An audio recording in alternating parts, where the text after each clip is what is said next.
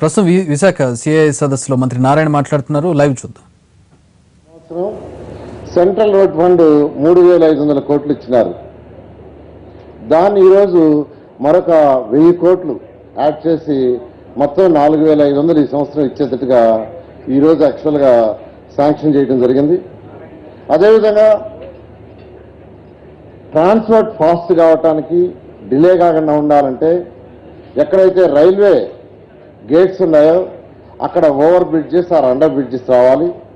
అందుకని మన రాష్ట్రంలో దాదాపు 300 railway over bridges and under బ్రిడ్జెస్కి 3,500 కోట్లతో నిర్మించేటట్టుగా ఈరోజు కేంద్ర మంత్రి గారు చెప్పడం జరిగింది. ఈ విధంగా ఈరోజు ఆనరబుల్ మినిస్టర్ గడ్కరీ గారు ఈరోజు ఈ రాష్ట్రానికి ఇన్ఫ్రాస్ట్రక్చర్ డెవలప్ చేయడానికి అనేకమైన జరిగింది. అంతేకాకుండా సాగరమాల రోడ్డు అనేది చాలా ఇంపార్టెంట్. దాన్ని యాక్చువల్గా త్వరలో ప్రారంభిస్తాం, శంకుస్థాపన చేస్తామని చెప్పడం జరిగింది.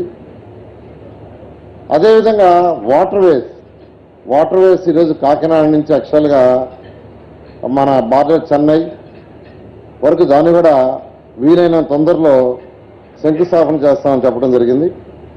అదేవిధంగా ఈరోజు సిఆర్డీలో తీసుకుంటే ఇందాక చెప్పాను 62 వర్క్స్ 1,24,532 కోట్లతో 20,000 మందికి ఎంప్లాయ్మెంట్ వచ్చేటట్టుగా 2,01,000 మందికి ఎంప్లాయ్మెంట్కి వచ్చేటట్టుగా ఈరోజు ఎంఓయూలు జరుగుతున్నాయి. ఇవన్నీ కూడా ముఖ్యమంత్రి గారు పర్సనల్గా, ఎందుకంటే ఈరోజు గత సంవత్సరం 328 ఎంఓయూలు అయితే వాటిల్లో 89 గ్రౌండ్ అయిపోయినాయి, ప్రొడక్షన్ స్టార్ట్ అయినాయి, మిషన్ ఎరెక్షన్ చేశారు, సివిల్ కన్స్ట్రక్షన్స్ అయిపోయినాయి. ఆల్మోస్ట్ 89 క్రోర్స్కి ప్రొడక్షన్ స్టార్ట్ అయినాయి, ఫైనల్ స్టేజ్లో ఉన్నాయి.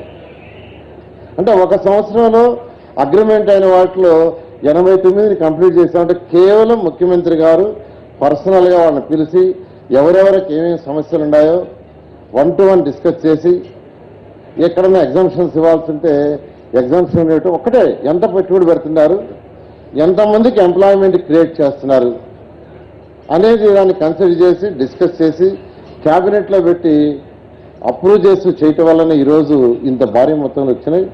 ఈరోజు కూడా గత సంవత్సరం కంటే చాలా ఎక్కువ మొత్తానికి ఎంఓలు జరగబోతున్నాయి. ఆ ప్రాసెస్ కూడా 230కి స్టార్ట్ అయింది. ఖచ్చితంగా వీటన్నిటిని కూడా రాబోయే 1 year 2 yearsలో అన్ని గ్రౌండ్ చేసి ఈ రాష్ట్రం యొక్క ఆర్థిక పరిస్థితి పెరిగేటట్టుగా ఎవరైతే ఇక్కడ ఇండస్ట్రీస్ పెట్టుబడి పెట్టడానికి వచ్చారో వాళ్ళందరూ కూడా కంఫర్టబుల్గా ఉండేదానికి ఈ రాష్ట్ర ప్రభుత్వం అన్ని విధాలా చేస్తామని మీకు తెలియజేస్తున్నాను. Thank you.